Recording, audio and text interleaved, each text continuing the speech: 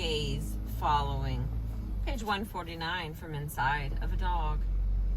It doesn't happen at once, but not long after bringing a dog or puppy to your home for the first time, you might notice something.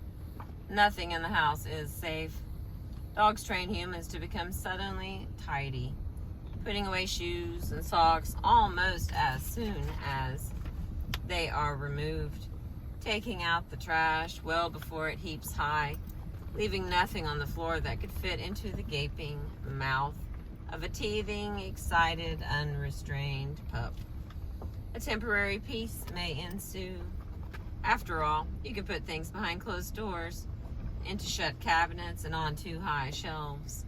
Dogs look baffled in the area from which the shoe, takeout container, hat has mysteriously gone missing. But soon you will notice that the dog has learned something new. You are the source of the mysterious relocations, and you have a tendency to tip your hand. How? You look. When we pick up the sock and set it down, we're not just attached to it by hand. The action is accompanied by a gaze. We look where we are going. Later, we may look again at that safe sock spot when discussing the dog's earlier thievery.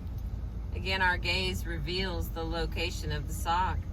The gaze is itself information. We have already met this ability to use the direction of another's gaze, so-called gaze following, which infants do before reaching 1 year old. Dogs do it even sooner. A gaze that intends to share information is simply a point done without hands. Following a point is a slightly simpler ability. Certainly dogs see a lot of pointing and gesturing as they observe human members of their families. This may be the source of their gaze following ability, or it may simply bring out an innate ability to glean any information possible from our behavior.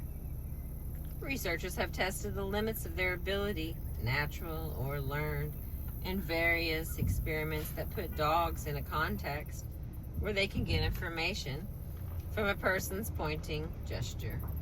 For instance, a biscuit or other desired food might be hidden under one of two inverted buckets, while the dog subject is out of the room. When all odor cues are masked, the dog has to make a decision which bucket to choose. If he chooses correctly, he is rewarded with the food. If not, he is rewarded with nothing. A person who knows which bucket to choose is standing nearby. Chimpanzees have been given variations of this task in captive research settings. Surprisingly, though, they seem to follow points.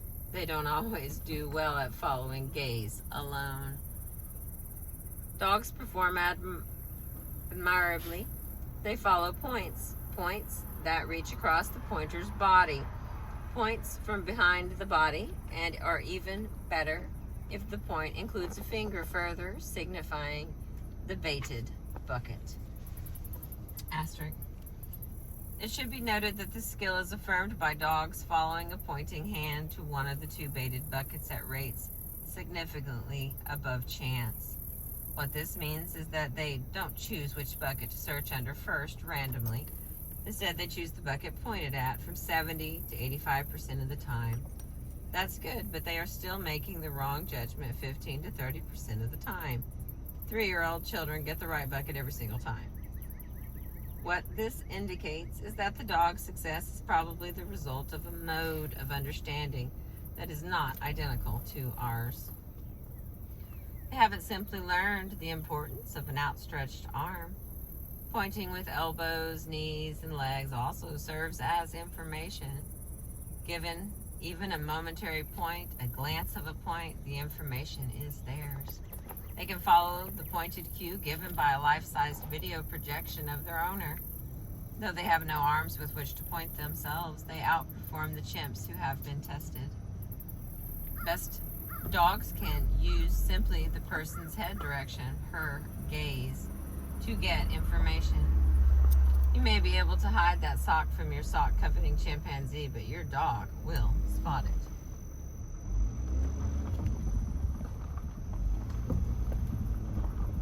Where dogs' use of attention really gets interesting is in less overt cases. Not just when we point and they look, but when they have to decide how to inform us that they need to go outside, or want a ball tossed to them, or they need to tell us some very important news about where a tasty treat fell out of their reach while we were out of the room. Play with humans is a rich context for the possible appearance of some of these abilities. Experimental paradigms also manipulate the information that can be gleaned from others' attention. All signs indicate that dogs seem to understand how to get attention, how to make requests of us using attention, and what kind of inattention allows them to get away with bad behavior. Attention getting.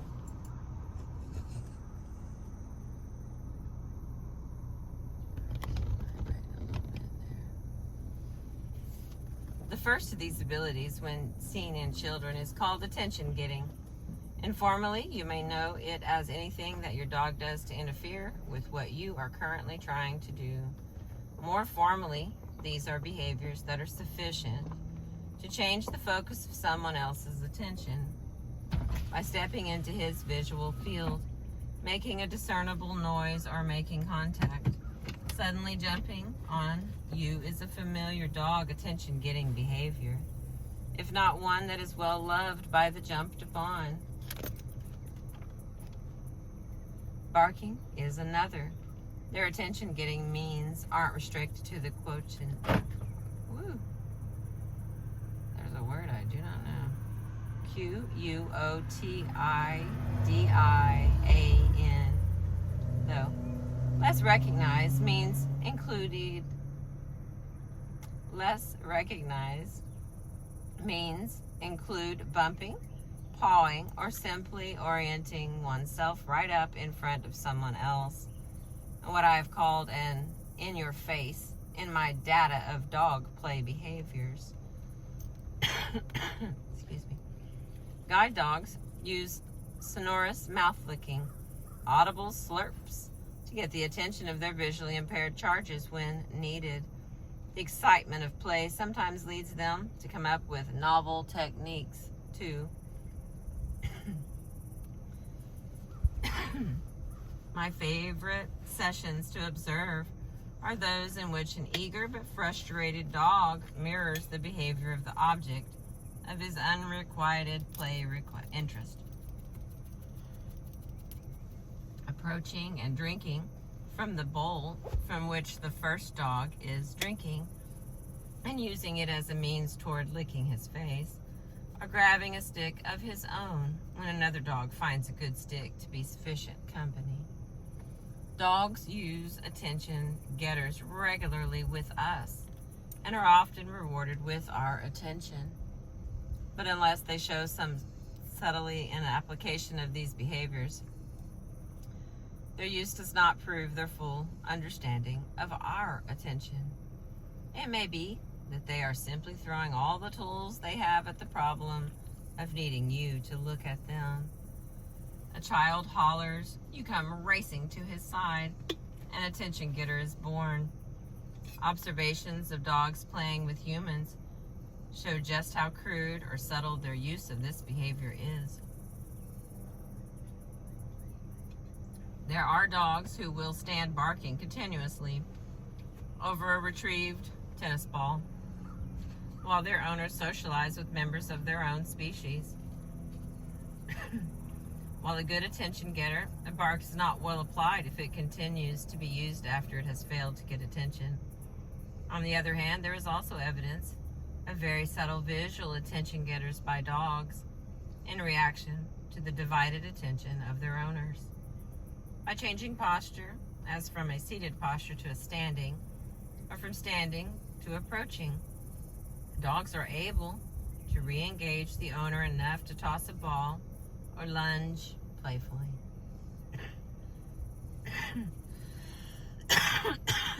Excuse me.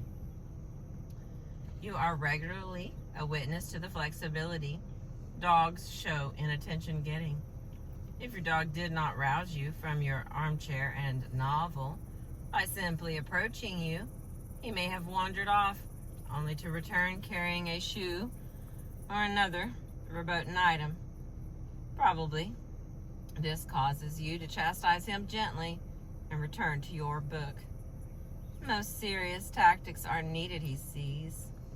Next may come whining or a tentative woof, a tactile intervention, a slight push with a wet nose, nuzzling or jumping, even a loud drop to the floor at your feet with a sigh.